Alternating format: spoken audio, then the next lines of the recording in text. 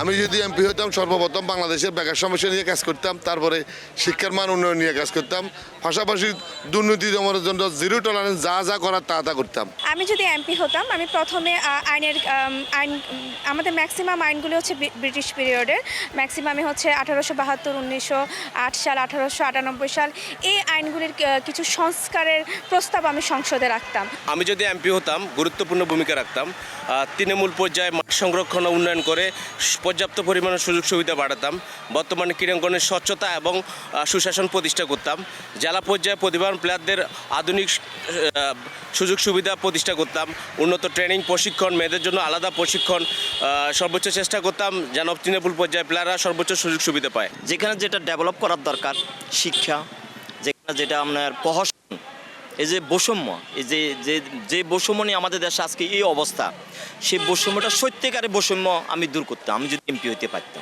নারী হয়ে শুধু নারীর জন্য করব এমন না, আমি চাই সবার জন্য কাজ করব। আর ফার্স্ট আমার আইন শৃঙ্খলা এবং দ্বিতীয়ত হচ্ছে শিক্ষার উপর গুরুত্ব দেয়া, এই দুইটা জিনিসের প্রতি আমি জোর দিব।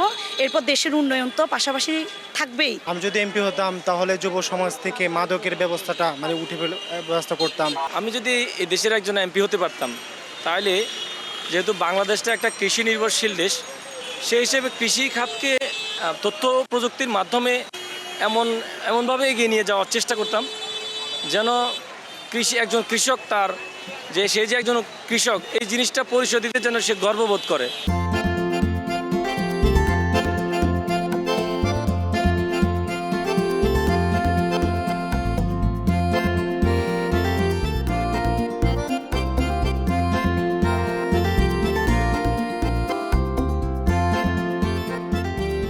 আমি নিজে দুর্নীতি করব না এবং কাউকে দুর্নীতি করতে দিব না।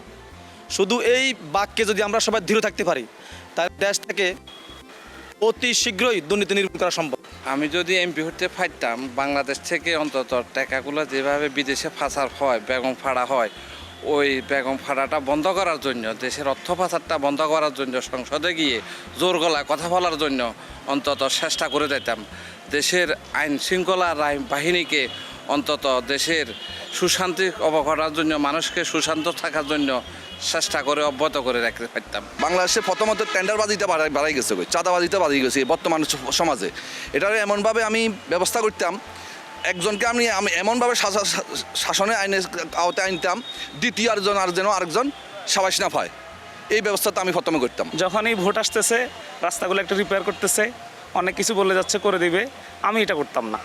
আমার কথা হচ্ছে যে আপনি আমাকে যেভাবে এখন বলতেছেন যে আমি থাকবো, আপনাদের পাশে থাকবো, সব কিছু করে দিব আপনাকে, আপনার সুযোগ সুবিধা আমি দেখব, সেমভাবে আমি এমপি হলে মানুষের খোঁজখবর আমি নিতাম। আমাদের দেশের একটা আলাদা সংস্কৃতি আছে, তো আমরা কেন জানি খুব বেশি প্রফেশনাল হতে গিয়ে, খুব বেশি যান্ত্রিক হতে গিয়ে দেশের সংস্কৃতি থেকে অনেকটা দূরে চলে গিয়ে এখন আকাশ সংস্কৃতিতে আমরা বেশি চলছি। তো আমি এমন কিছু ইনিশিয়েটিভ নিতাম যাতে করে আমাদের প্রজন্ম, আমাদের দেশের যুবরা আমাদের সংস্কৃতিতে বিশ্বাসী হতো এবং এই সংস্কৃতিকে ধারণ করেই কিন্তু অনেক বড় যুদ্ধ করা যায়, যেটি অস্ত্র দিয়ে আসলে হয় না।